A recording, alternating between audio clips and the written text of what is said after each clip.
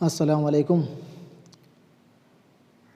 आप लोगों को जैसा कि मालूम ही है, जैक ने 10वीं और 12वीं क्लास का मॉडल क्वेश्चन जारी कर दिया है। एक एक सेट सभी सब्जेक्ट का मॉडल क्वेश्चन जारी हुआ है। इसमें उर्दू सब्जेक्ट भी शामिल है।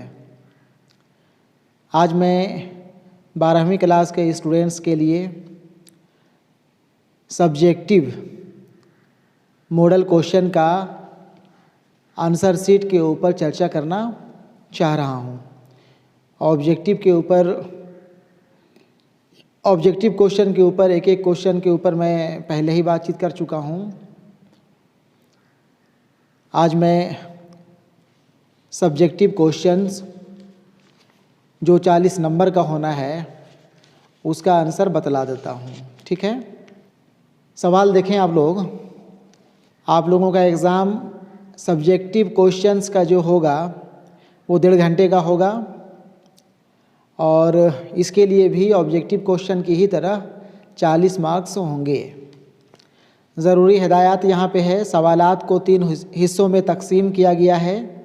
सभी हिस्सों से सवालों के जवाब दिए गए हिदायत के मुताबिक दें। सवालों की कीमत बाएं जानिब दर्ज हैं। ठीक है, सवाल 3 ग्रुप में बटा हुआ है, ग्रुप ए, ग्रुप बी और ग्रुप सी। ठीक है ना। ग्रुप ए में कुल 7 सवाल हैं। मुंदरजा झेल 7 सवालों में से किसी 5 के जवाब दें। जवाब एक लफ्ज़ या एक जुमला में ही दें। ठीक है ना। ग्रुप ए में कुल 7 सवाल हैं, जिसमें से आप जो 5 सवाल जानते होंगे उसे ही हल करेंगे। अगर आपको 7 सवाल आता भी होगा तब भी आप 5 क्वेश्चन ही हल करेंगे। ठीक है ना। इसी तरह ग्रुप बी में भी कुल 7 सवाल हैं, सवाल नंबर 8 से लेकर के 14 तक। यहाँ से भी आपको कुल 5 सवालों के जवाब हल करने हैं। हर एक सवाल की कीमत 3-3 नंबरों की है। ठीक है, यानी कि 5 सवाल आप हल कर लेते हैं तो आप यह उम्मीद कर सकते हैं कि आपको ग्रुप बी से 15 नंबर मिलेंगे। इसी तरह ग्रुप सी में कुल 5 सवाल हैं और 5 सवाल में से किसी 3 के जवाब आप लोगों को देने हैं। हर एक सवाल की कीमत 5-5 नंबरों की होगी। ठीक है। ठीक है, सवाल यहाँ पे 1 से लेकर के 19 तक जो भी यहाँ पे दिया हुआ है उसका जवाब हम यहाँ पे अलग से लिख दिए हैं। ठीक है, एक एक सवाल आप लोग ध्यान से देखें और मेरी बातों को सुने भी। पहला सवाल है, मिर्ज़ा गालिब के ज़रिए लिखे खतूत अपने किन किन दोस्तों के नाम है? मिर्ज़ा गालिब ने अपने किन 2 दोस्तों के नाम ख़त लिखे हैं जो आपके निसाब में शामिल है? सवाल यहाँ पे यही कह रहा है। ठीक है, जवाब इसका होगा मिर्ज़ा गालिब ने अपने जिन 2 दोस्तों के नाम ख़त लिखे उनके नाम हैं मुंशी हरगोपाल तफ्ता और दूसरा नाम है मुंशी बनी बख्श हकीर। ठीक है ना। यही दोनों के नाम मिर्ज़ा गालिब ख़त लिखे थे जो ख़त आपके निसाब में शामिल है। सवाल नंबर 2, खोजी एक मुताला तनकीदी मज़मून के मुसन्निफ़ कौन हैं? ठीक है ना। खोजी एक मुताला तनकीदी मज़मून के मुसन्निफ़ कौन हैं? जवाब हो जाएगा एहतिशाम हुसैन। एक ही लफ्ज़ में इसका जवाब हो जा रहा है। आप इतना लिख देते हैं, आपको 2 नंबर यहाँ पे मिल जाएगा। सवाल नंबर 3, कुर्रतुल ऐन हैदर कब और कहाँ पैदा हुई? ठीक है ना। यहाँ सवाल का 2 पार्ट है, कब और कहाँ। ठीक है, अगर आप कब का जवाब आपको पता है, आप ईस्वी सन लिख देते हैं तो आपको यहाँ पे 1 नंबर मिलेगा और जगह का भी नाम लिख देते हैं कहाँ पैदा हुई तो आपको 2 में 2 नंबर मिल जाएगा। जवाब इसका हो जाएगा कुर्रतुल ऐन हैदर 1927 ईस्वी में अलीगढ़ में पैदा हुई। ठीक है ना। सवाल नंबर 4, गज़ल का पहला और आखिरी शेर क्या कहलाता है?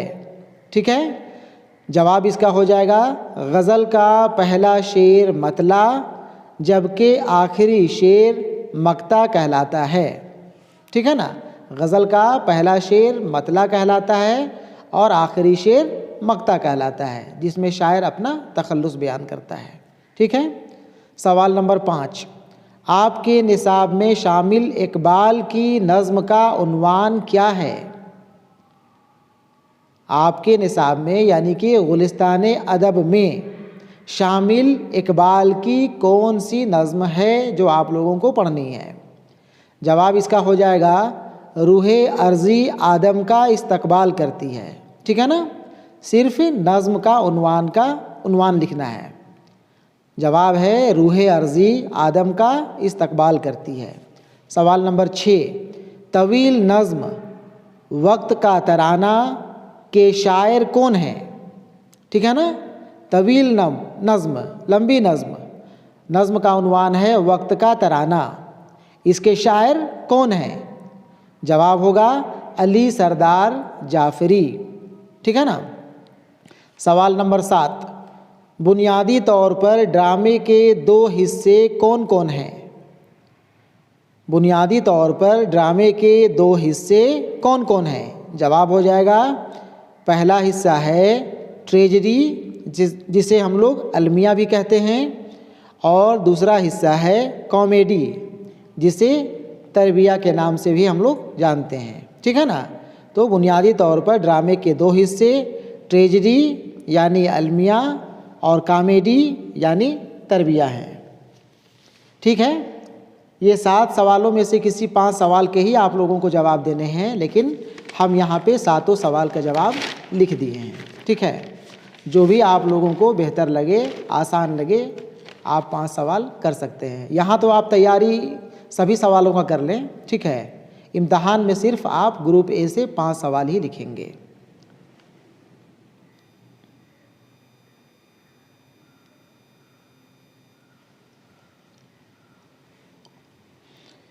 ग्रुप बी सवाल नंबर 8 से लेकर के 14 तक, जैसा कि हम लोग सवाल में देखे थे, यहाँ भी हम वही सवालों को लिखे हुए हैं।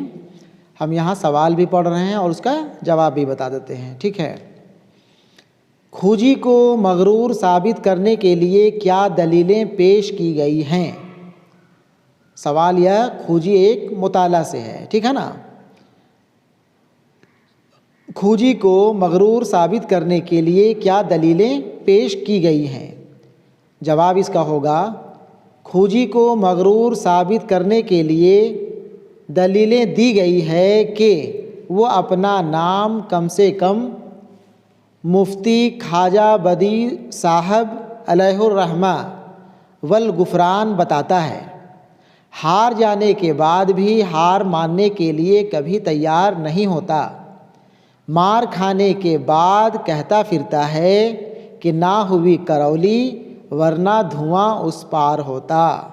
ठीक है ना, तो खूजी को मगरूर साबित करने के लिए यही दलीलें पेश की गई हैं। सवाल नंबर 9, अफसाना फोटोग्राफर में ज़िंदगी की किस हकीकत को बयान किया गया है?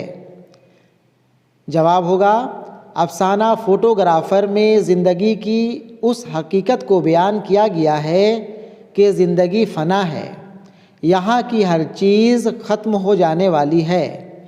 इस आलम में हरदम फ़ना का साया मंडलाता रहता है।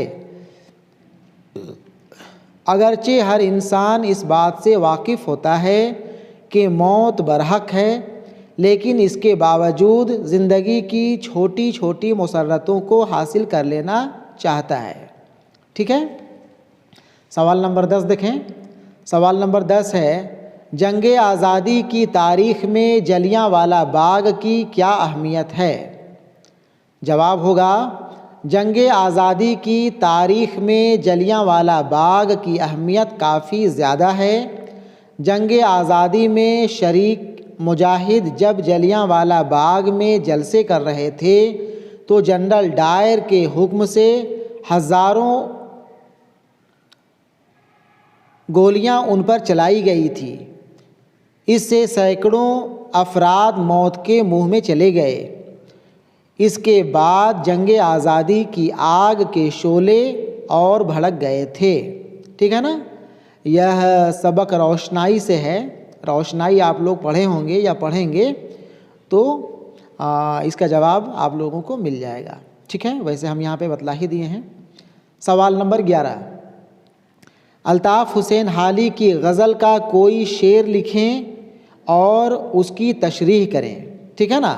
अल्ताफ़ हुसैन हाली की गज़ल जो हमारे निसाब में शामिल है, उस गज़ल का एक शेर लिखना है। कोई भी आप शेर लिखें और शेर लिखने के साथ साथ उसकी तशरीह भी करनी है। यहाँ पे हम शेर लिखे हैं, अब शौक़ से बिगाड़ की बातें किया करो, कुछ पा गए हैं आपके तर्ज़े बयां से हम। ठीक है ना। यह शेर हो गया। और शेर के बाद जो है आपको तशरीह भी करना है। तशरीह यहाँ पे हम कर दिए हैं। तशरीह देखें। इस शेर में शायर कहते हैं कि आपके तर्ज़े बयां को हम बहुत अच्छे से समझने लगे हैं। आप हमसे बिगाड़ की बातें करें, हमसे बेरुखी से पेश आएँ, इससे हमें कुछ ख़ास फ़र्क नहीं पड़ता, क्योंकि आपका तर्ज़े बयां यह बतलाता है कि आपको मुझसे लगाव है, मोहब्बत है। ठीक है ना। सवाल नंबर 12, जो अभी नहीं आई उस घड़ी से डरते हो, शायर ने यह क्यों कहा है। जो अभी नहीं आई उस घड़ी से डरते हो, शायर ने यह क्यों कहा है। नून मीम राशिद की नज़्म ज़िंदगी से डरते हो जब आप पढ़ेंगे तो इसका जवाब आप लोगों को मिलेगा। यहाँ पे जो जवाब हम लिखे हैं वो देखें। नून मीम राशिद ने अपनी नज़्म ज़िंदगी से डरते हो में यह बात बतलाई है कि इंसान इस कायनात में मरकज़ी हैसियत रखता है और उसे चाहिए कि वो अपना सफ़र खुशी खुशी जारी रखे। मुस्तकबिल के अंदेशों से परेशान नहीं होना चाहिए। कल की फ़िक्र में आज को बर्बाद नहीं करना चाहिए। ठीक है। सवाल नंबर 13, चिरवैया कोफ को एक साहबे अखलाक इंसान क्यों कहा गया है। जवाब होगा, चिरवैया कोफ को एक साहबे अखलाक इंसान इसलिए कहा गया है कि उसके एक गैर अखलाकी अमल से दूसरे को तकलीफ़ पहुंचती है, हालांकि वो ऐसा जानबूझकर नहीं करता। इसके बावजूद वो काफ़ी शर्मिंदगी महसूस करता है और बार बार माफ़ी मांगता है, यहाँ तक कि उसकी गैरत उसकी जान तक ले लेती है। यही वजह है कि चिरवैया कोफ को एक साहबे अखलाक इंसान कहा गया है। ठीक है। सवाल नंबर 14, फोर्ट विलियम कॉलेज से वाबिस्ता 3 मुसन्निफ़ों के नाम बताएं। जवाब होगा, फोर्ट विलियम कॉलेज से वाबिस्ता 3 मुसन्निफ़ हैं, मीर अमन देहलवी, दूसरा सैयद हैदर बख्श हैदरी और तीसरे मुसन्निफ़ हो जाएंगे शेर अली अफसोस। ठीक है ना। यहाँ पे जो भी 3 मुसन्निफ़ों के नाम दिए गए हैं वो तीनों के तीनों फोर्ट विलियम कॉलेज से वाबिस्ता थे, फोर्ट विलियम कॉलेज से जुड़े हुए थे। ठीक है। मुसन्निफ़ का नाम तो आप लोगों को कईयों का नाम पता होगा, लेकिन यहाँ लिखना उन्हीं का नाम है जो फोर्ट विलियम कॉलेज से जुड़े हुए थे। ठीक है। इस तरह से ग्रुप बी सवाल नंबर 8 से लेकर के 14 तक इसका जवाब हम शुरू में नहीं बतला पाए। इसका जवाब आप लोगों को लगभग 50 लफ्ज़ों में लिखने थे। ठीक है। इंस्ट्रक्शन में दिया हुआ भी है कि मुंदरजा झेल 7 सवालों में से किसी 5 के जवाब लगभग 50 लफ्ज़ों में दें। ठीक है ना। और हर एक सवाल की कीमत यहाँ पे 3-3 नंबरों की है। तो आपको यहाँ भी 7 में से किसी 5 का जवाब देना है। हम 7 का जवाब लिख दिए। ठीक है। आप 7 का जवाब लिख करके प्रैक्टिस कर लेंगे इम्तहान में। फिर हम वही कह रहे हैं कि इम्तहान में आप ग्रुप बी से जैसा इंस्ट्रक्शन कहेगा, यानी कि सिर्फ 5 सवाल के ही जवाब देने होंगे। ठीक है, आगे देखें ग्रुप सी।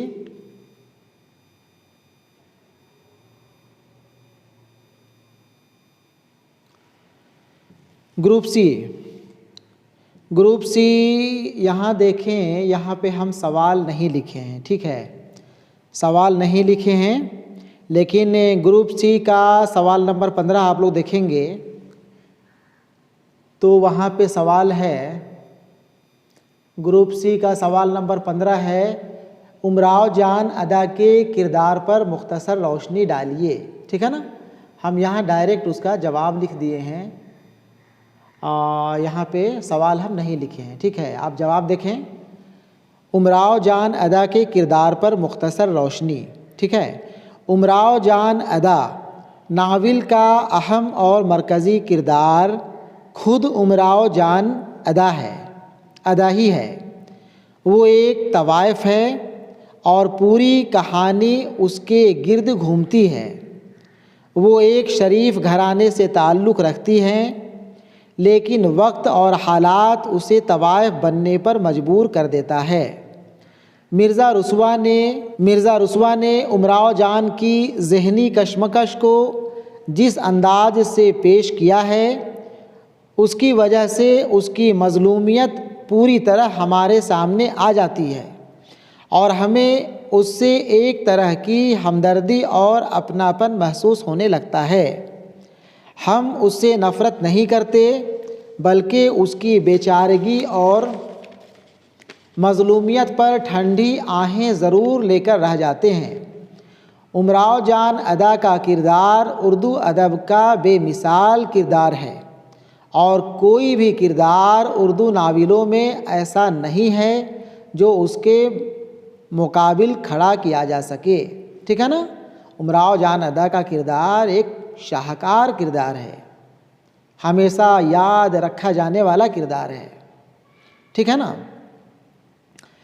ठीक है, सवाल नंबर 16, यहाँ भी हम डायरेक्ट जवाब लिखे हैं। सवाल इसका है, अख्तरुल ईमान की सवाने हयात पर तबसरा करें या सवाने, देख लेते हैं सवाल क्या दिया है। अख्तरुल ईमान की सवाने हयात पर रोशनी डालिए। ठीक है ना, अख्तरुल ईमान की सवाने हयात, जवाब आप लोग देखें, अख्तरुल ईमान की सवाने हयात। अख्तरुल ईमान का शुमार उर्दू के बड़े नज़्म गो शोरा में होता है। उनकी पैदाइश 1915 ईस्वी में बिजनौर में हुई। इब्तदाई तालीम गांव घर पर हासिल हुई। आला तालीम के लिए अलीगढ़ गए, लेकिन कुछ दिनों के बाद मुंबई चले गए और पूरी ज़िंदगी वहीं गुजारे। मुंबई के अपने 50 साला क़याम के दौरान उन्होंने बहुत सी फ़िल्मों के मंजरनामे और मुकालमे लिखे। अख्तरुल ईमान एक बुलंद पाया शायर होने के बावजूद फ़िल्मों के लिए गाने कभी नहीं लिखे। नस्र में उन्होंने अपनी आप बीती इस आबाद खराबे में के अलावा चंद अदबी मज़ामीन भी लिखे हैं। उनका इंतकाल 1996 ईस्वी में मुंबई में हुआ। ठीक है, 17 का जवाब देखें। 17 नंबर सवाल देख लें आप लोग। 17 नंबर सवाल क्या कह रहा है? 17 नंबर सवाल है, अब भागते हैं साये इश्के बुता से हम। इस मिसरा के बाद का मिसरा लिखें, यानी कि एक ही मिसरा दिया हुआ है, इसके बाद जो मिसरा आता है वो मिसरा लिखना है और शेर की तशरीह करें और साथ में शेर की तशरीह भी करना है। ठीक है, देखें यहाँ पे 17 का जवाब, अब भागते हैं साये इश्के बुता से हम। इस मिसरे के बाद वाला मिसरा है, कुछ दिल से हैं डरे हुए कुछ आसमां से हम। अब तशरीह देखें इसका। यह शेर अल्ताफ़ हुसैन हाली की गज़ल का मतला का शेर है, यानी कि अल्ताफ़ हुसैन हाली के गज़ल का पहला शेर है। इस शेर में शायर कहते हैं कि हमने हसीनों के इश्क में इतने चरके खाए हैं कि अब उनके साया से भी घबराने लगे हैं। ठीक है, इसका एक मानी और भी निकलता है, और वो ये कि पुरानी शायरी में यह तसव्वुर आम था कि दुनिया की तमाम छोटी बड़ी तब्दीलियाँ आसमान की गर्दिश का नतीजा होती हैं। इसी तसव्वुर के तहत हाली ने आसमान से डरने की बात कही है। ठीक है ना, ये हो गया सवाल नंबर 17 का जवाब। इसके बाद सवाल नंबर 18 और 19 का जवाब हम यहाँ पे नहीं लिख पाए, और चलिए ये काम आप लोगों को दिए, आप लोग जो है सवाल नंबर 18 और 19 का जवाब किताब से ख़ुद तलाश करके लिखेंगे। ठीक है, सवाल नंबर 18 और 19 आप लोग खुद से करेंगे।